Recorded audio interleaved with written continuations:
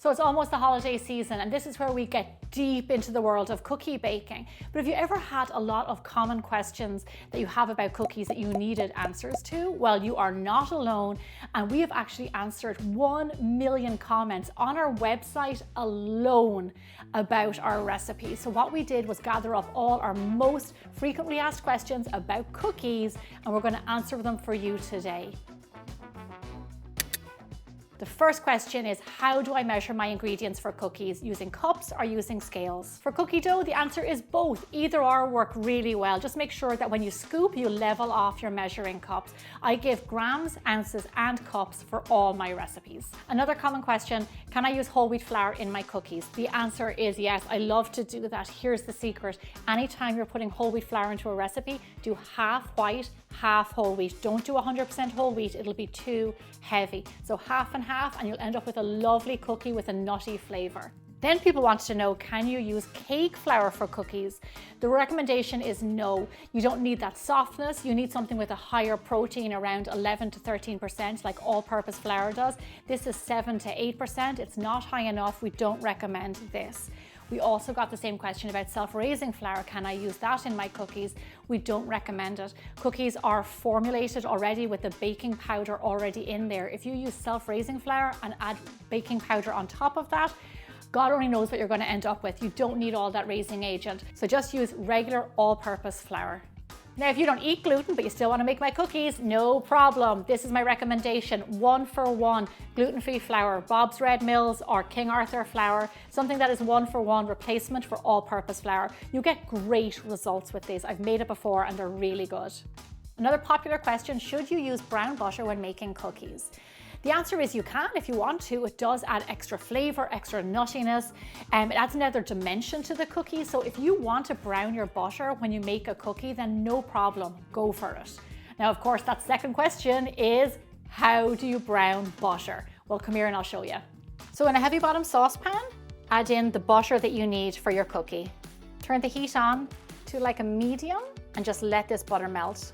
What we're going to do now is just wait. Let your butter melt and soon it will start to change color. Give it a little stir every now and again to make sure it's not burning. But slowly you'll start to see it get a little bit amber.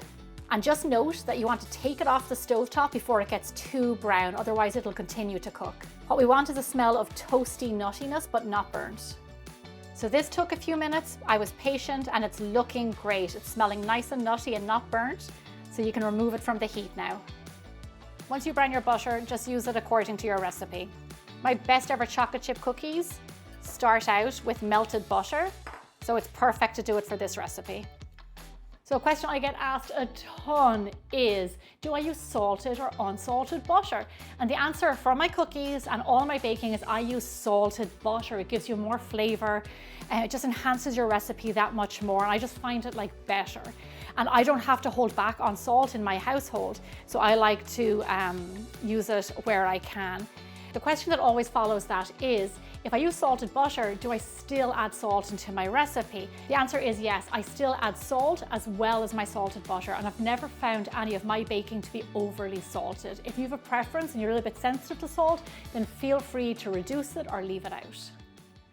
Now, for those of you out there who have tried my internet's best ever chocolate chip cookie, you will know the secret ingredient is olive oil. It adds a lovely nuttiness to your cookie and lots of lovely flavor. The question we get asked is, can I use extra virgin olive oil or is the flavor too strong? That's a really great question. It makes perfect sense. But let me tell you something. That extra virgin olive oil has more flavor. That gives your cookies more flavor. I started out using a mild oil when I first started making these cookies, but now I use extra virgin olive oil. I use good quality and it makes the cookies amazing and people coming back for more. So if you like that little bit of like that nuttiness, then definitely use the good stuff. So now I knew this question would come up. Can you use chocolate chips in cookies instead of chopping up a chocolate bar?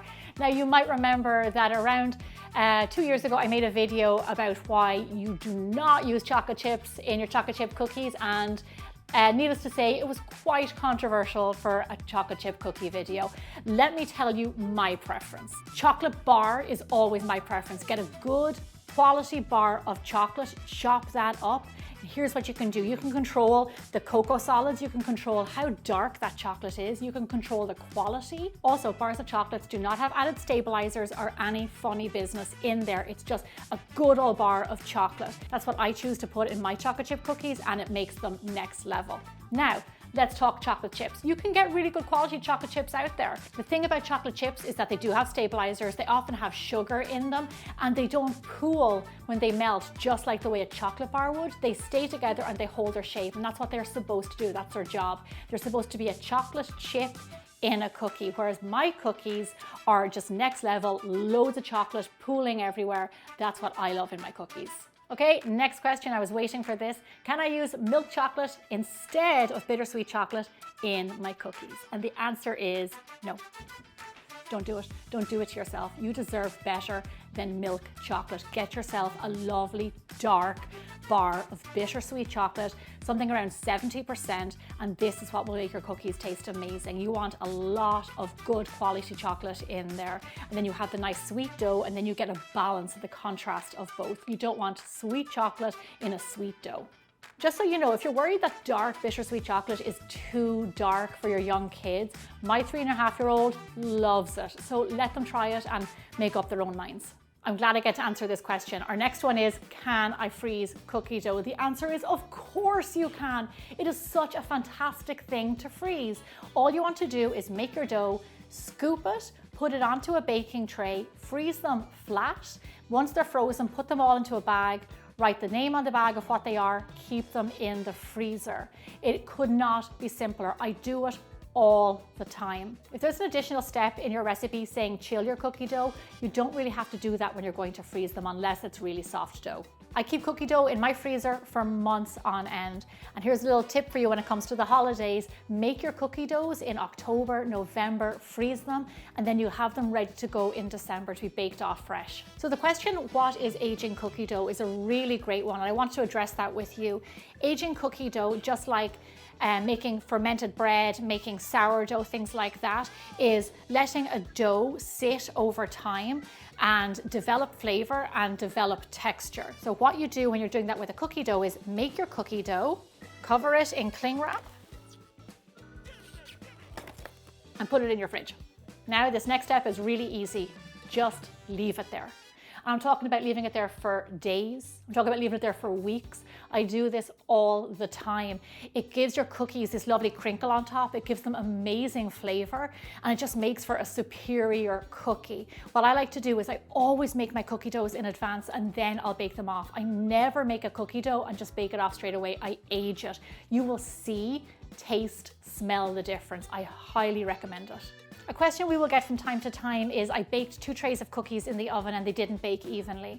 And this is very common. I'll tell you what you need to do. You need to have your oven on the convection setting, so fan assist. You need air to be going around the oven as they're baking. That's when they will bake evenly. If you have it on standard oven, only 1 tray will bake. So put it on convection, your temperature will go down 25 degrees. Your baking time may be longer, so just keep an eye out for that. But that will really help 2 trays or 3 trays bake at once.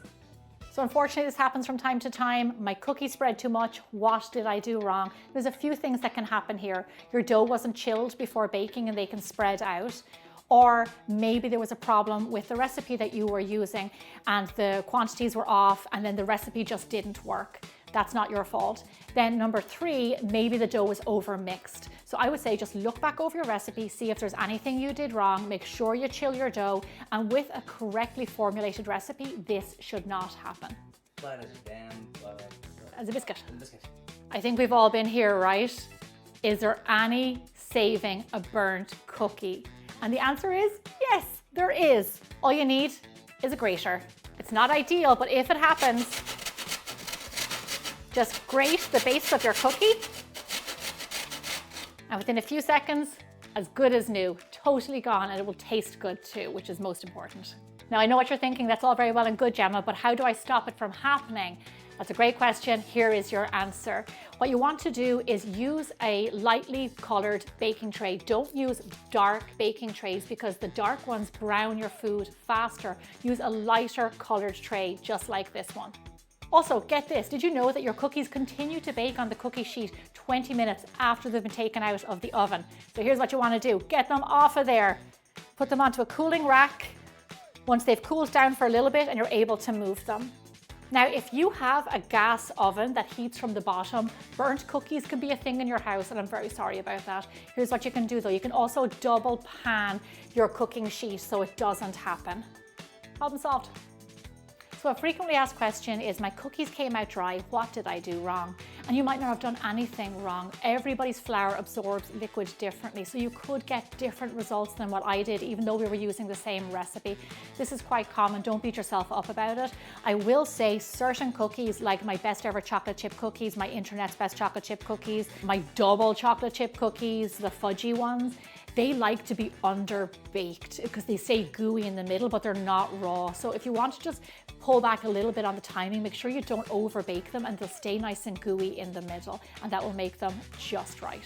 Last but not least, how do I store my cookies? Well, in this house, we don't have any left over to store, but if you do in your house, let me tell you what you do. An airtight container, like Tupperware container, put them in there, put that lid on, and it'll keep them fresh for, like, I would say 24 hours. It's not magic. It's not going to keep them fresh for days. What I recommend with a lot of my cookies that are softer, gooey cookies, eat them the day that they're made. That's when they're at their very best. If it's a sugar cookie or something that's quite crisp, like a biscuit, those will last for days on end. Tupperware, lid on, we should be good to go. I hope I just answered all of your cookie questions, but if you have any more baking questions, ask Gemma in the comments below and me and my team of experts will get them answered.